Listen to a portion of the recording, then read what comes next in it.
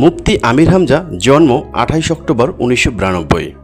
একজন বাংলাদেশী ইসলামিক বক্তা, লেখক, রাজনীতিবিদ ও সংসদ সদস্য। তিনি ওয়াজ মাহফিলে একাধিকবার বিতর্কিত বক্তব্য প্রদান করে দেশ জুড়ে সমালোচিত হন এবং ক্ষমা চান। তিনি ত্রয়োদশ জাতীয় সংসদ নির্বাচনে কুষ্টিয়া 3 আসন থেকে সংসদ সদস্য নির্বাচিত হন।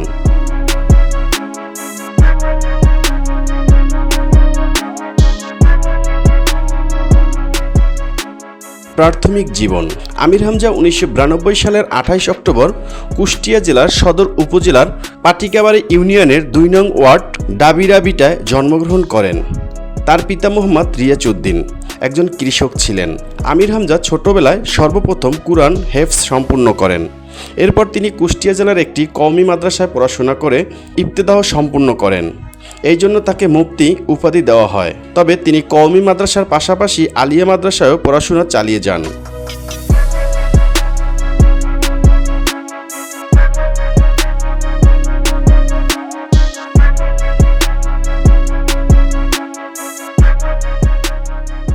আলিয়া মাদ্রাসা থেকে আলিম শ্রেণী সম্পূর্ণ করার পরে কুষ্টিয়া ইসলামী বিশ্ববিদ্যালয়ের ধর্মোত্তক অনুষদের আল কুরআন ও ইসলামিক স্টাডিজ বিভাগে ভর্তি হন। সেখান থেকে তিনি স্নাতক ও স্নাতকোত্তর ডিগ্রি সম্পূর্ণ করেন। পড়াশোনা শেষে তিনি ওয়াজ মাহফিলের মাধ্যমে দাওয়াতের কাজ শুরু করেন।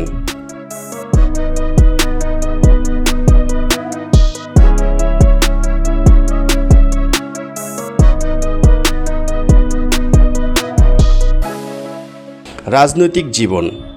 2025 সালে তার জামাত ইসলামী কুষ্টিয়া সদর উপজেলায় কুষ্টিয়া 3 আসনের সম্ভাব্য প্রার্থী হিসাবে ঘোষণা করে পরবর্তীতে তিনি 2026 সালের ত্রয়োদশ জাতীয় সংসদ নির্বাচনে দলটির প্রার্থী হিসাবে প্রতিদ্বন্দ্বিতা করে কুষ্টিয়া 3 আসন থেকে সংসদ সদস্য নির্বাচিত হন।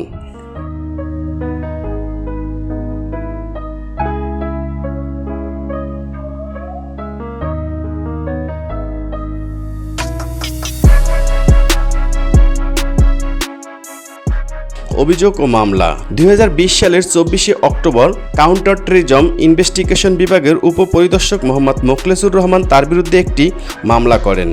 তিনি দাবি করেন হামজা নিরীহ নাগরিকদের রাষ্ট্রের বিরুদ্ধে উস্কানি দিচ্ছেন এবং জিহাদে অংশগ্রহণ করতে উদ্বুদ্ধ করছেন। 2021 সালে বাংলাদেশ পুলিশ দাবি করে এই বক্তা ওয়াজ মাহফিলের বিভ্রান্তিকর ও উগ্রবাদী তথ্য ছড়িয়েছেন। 2019 সালের মার্চ মাসে শেখ হাসিনার দ্বাদশ সংসদে স্বরাষ্ট্র মন্ত্রণালয়ের রাজনৈতিক একটি শাখা 15 জন ইসলামিক বক্তার একটি তালিকা করেন।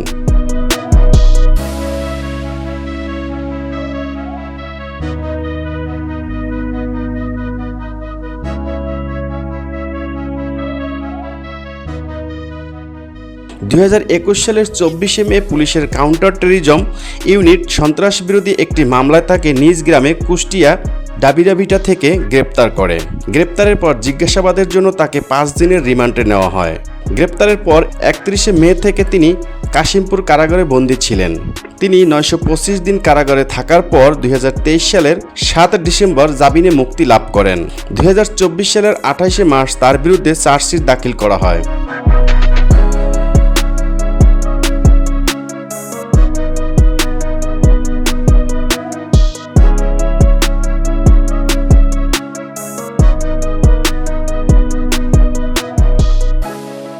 বলা হয় তিনি জননিরাপত্তার অবনতি ও ইসলামী শারিয়া আইন প্রতিষ্ঠার জন্য কাজ করতেন।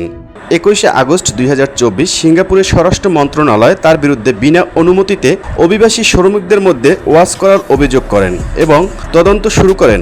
মন্ত্রণালয় আরও বলেন তিনি শ্রমিকদের মধ্যে চরমপন্থী শিক্ষা প্রচার করেছিলেন।